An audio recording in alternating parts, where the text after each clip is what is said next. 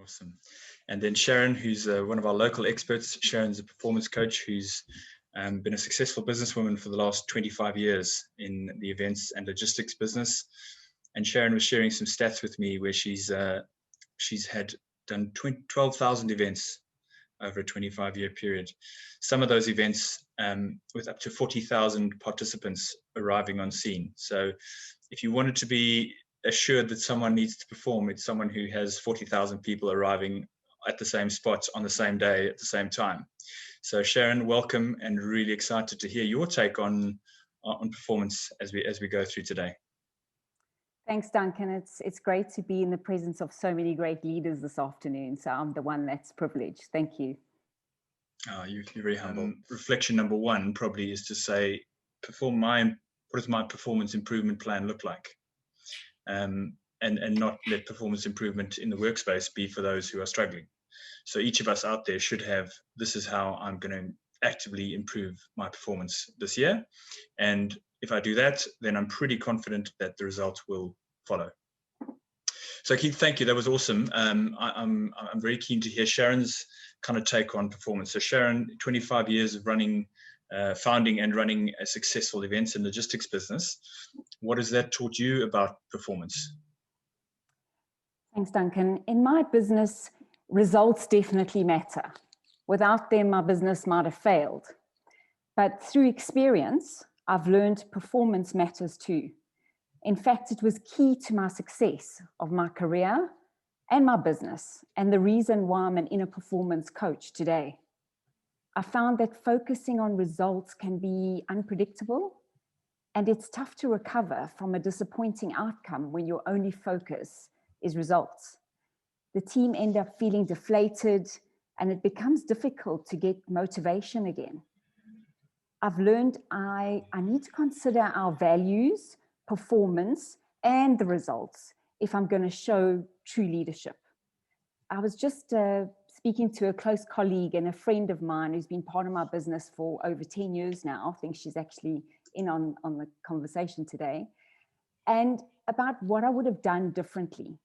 And for me, it would have been the times I compromised our values to gain a result. So this led to me making bad choices. I let our values slide to push the results, breaking some of the rules. These times broke my team, and I'll never compromise on that again. It just made me realize that leadership can have a significant impact on performance and on the people around me. For me, I realized leadership is my behavior. It's not just my title. So for me, it's been about what your organization stands for. It's important because it guides our choices. Sharon, you mentioned something really in my head, a nice little framework there. So be guided by values, be obsessed with the process of performance, and then factor in results. Obviously, results are important. No one here on the call is saying that they're not. So is that kind of is that summarizing? If you were giving a message to the leaders out there, what would you think is important for leaders to embrace right now? Yes, Duncan, I found that working in various organizations and with my own team, when you spend some valuable time, specific time, ensuring there is a shared understanding and a collaboration around the result that is required, being really clear, and then drive those results through breathing life into culture, values, and performance, then this prepares the people to help themselves for the conditions that they are likely to face. The more ready everyone feels, the more likely they are to perform. And as a consequence, will drive the results. Over the past months, there's been many times that I have felt at a loss. And I'm sure many of you may have felt this too, given the past year's challenges. But when I refocus, realign, and regain that clarity, the results follow. For me, it's the most important thing right now would be to just lead from a place of clarity. Wonderful. Awesome. And yeah, that clarity sounds like it's it's a good place to be from. So clear on your values, clear on your definition of performance. As Keith said, the one we use is doing the things that you need to do, making sure that you know what those things are, and then those will lead you to the result that you're looking for. So Sharon, can you give us a quick your take? You mentioned some downsides of results focused only. What was your experience in that with businesses within your business and in businesses that you were partnering with? Yes, Duncan. The stories Keith was telling there, it actually takes me back to some of the experiences that I had.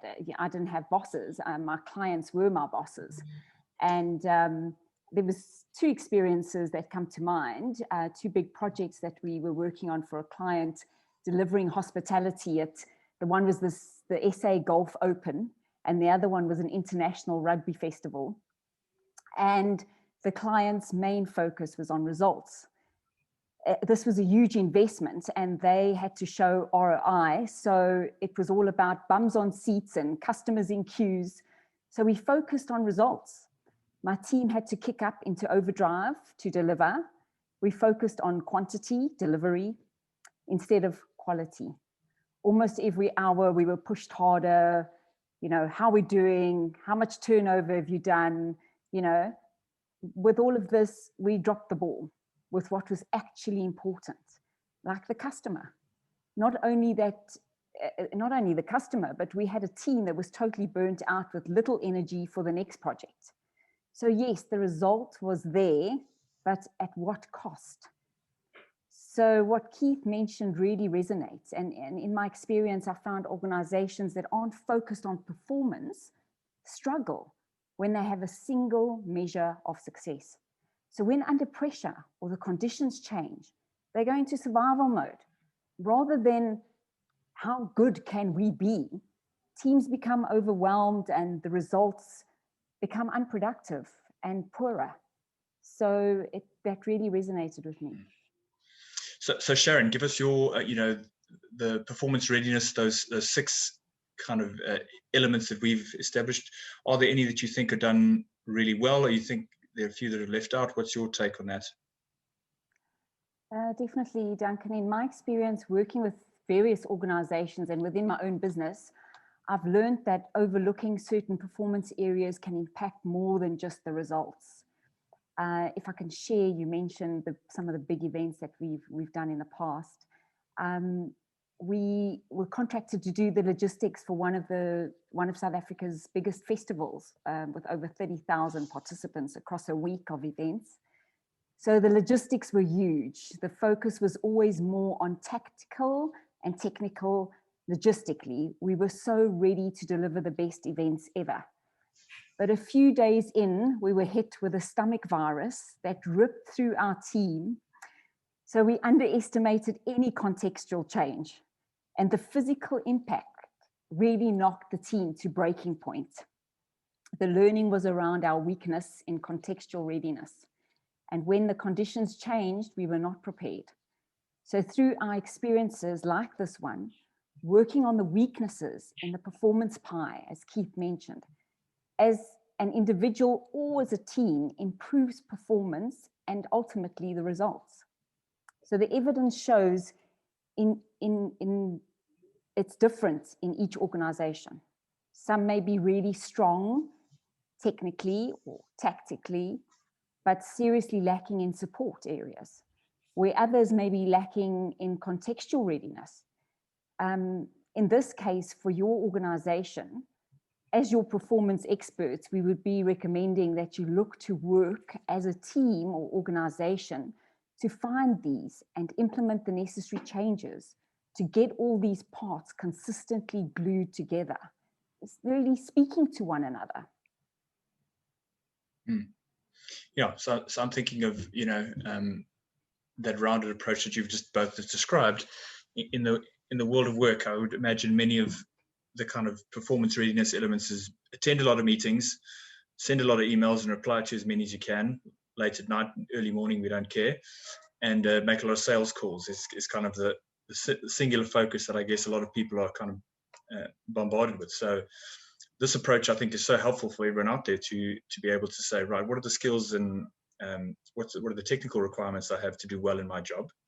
The tactical is, how am I going to deploy those? What am I going to do with them? What is the best way of using my skills and the resources available to me in a tactical and strategic way? And then, burnout is a massive topic. So the physical readiness is making sure that you have this platform, that you're going to be around this time next year to continue delivering for the company, continue delivering for your within your role, and we could go around the whole pie. But I think when you start talking about it a little bit more, it becomes so obvious at how many business teams just need some work with this kind of holistic view of helping people be ready to perform. So Sharon, if the leaders on the call who want to bring some performance thinking into their team, into their business, what would be your advice for them? So Duncan, I'm just going to reiterate really what Keith said, and really when leaders lead through performance, when they're ready, they feel equipped and confidence, and they provide the support required, it generates a sense of confidence that the people they lead can do this. They deliver consistently in performance. Having this approach in place, which is often supported by performance experts, providing the programs that support performance for their people and not just tracking results, it brings about a performance culture. The experience for the people is a healthy obsession. It results in an increased ability to cope. They grow their resources, they feel more in control, confident, and they develop a high performance culture. So the benefits are great. If we invest in our people's performance and well-being, we seek to grow them so that they can be consistent in reviewing their own performance and apply it daily. That's lovely. It from me. Yeah, lovely. And I think you said something there which kind of reiterates a point from earlier, is that we don't want to add more complexity to people's thinking about their performance. So our role is to help them with the simplicity of these frameworks that can really be practical and applied, and they can look at this stuff and use it today and actively grow their confidence, get more clarity on the process of performance for themselves. And I think that's really important. Keith, I don't see any more questions coming in the chat box. So folks, thank you for joining us. We've really enjoyed it. Sharon, myself and Keith will stay on for a few minutes if there's any questions you'd like to direct specifically at us.